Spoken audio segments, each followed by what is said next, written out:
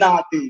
तो आप सोचिए माननीय प्रधानमंत्री जी का धैर्य कि उनका विजन पिछले 10 साल का एनालिसिस आप करेंगे, किसी भी क्षेत्र के विकास की बात आप करते हैं, हम उस पर नहीं जाएंगे। यहाँ आप देखिए उन लोगों को रिकॉग्नाइजेशन दिया है। चौधरी चरण सिंह को प्रधानमंत्री भारत रत्न देने से किसने रोका था?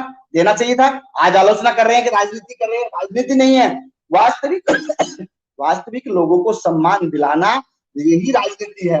अगर वास्तविक लोग किसी कारणवश से किसी 22 की वजह से आप उनको सम्मानित नहीं कर पा रहे हैं और आज आप उस पर कहते हैं कि राजनीति की जा रही है। चौधरी चरण सिंह ने अपने कार्यकाल के दौरान किसानों की क्रय शक्ति को वो कहते हैं कि अगर किसानों की क्रय शक्ति नहीं बढ़ती है तब तक देश में औद्योगिक उत्पादों की खपत नहीं होगी। मतलब वो चाहते हैं किसान समृद्ध हो, किसानों को अपने कीमत का सही दाम मिले, और जब तक किसान की क्रय शक्ति, जब तक यानी कि आर्थिक रूप से किसान जब तक सक्षम नहीं हो जाता है, देश का औद्योगिक विकास या औद्योगिक खपत नहीं हो पाएगी। आप सोचिए कितने अच्छी विजन था उनका। और वो कहते हैं कि देश की समृद्धि का रास्ता गांवों के खेतों एवं खलिहानों से ऊपर ही गुजरता है। ये चौधरी चरण सिंह जी के कहा करते थे। है?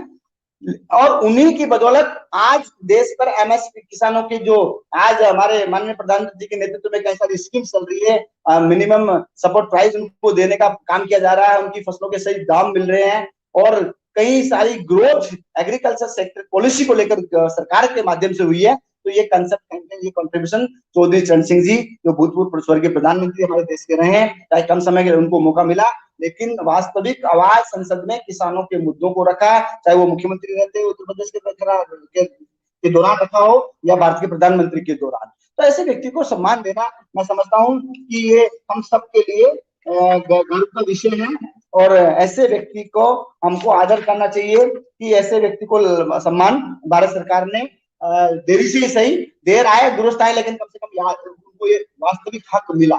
एमएस स्वामीनाथन के बारे में कहा जाता है इस देश में ऐसे दौर में उनका एग्रीकल्चर सेक्टर को इतना कंट्रीब्यूशन रहा, उनकी एग्रीकल्चर साइंटिफिक थॉट के माध्यम से जो ग्रीन रिवोल्यूशनरी इस देश में लाया वो एमएस स्वामीनाथन जी की बदौलत है। और उन्होंने जो प्रयास उस दौर में किए जिसको पूरा विश्व रिकॉग्नाइज करता है, कोई उसको डिनाई नहीं कर सकता, कोई उनके कंट्रीब्यूशन को कम आंक नहीं सकता। आप वो दौर याद करिए।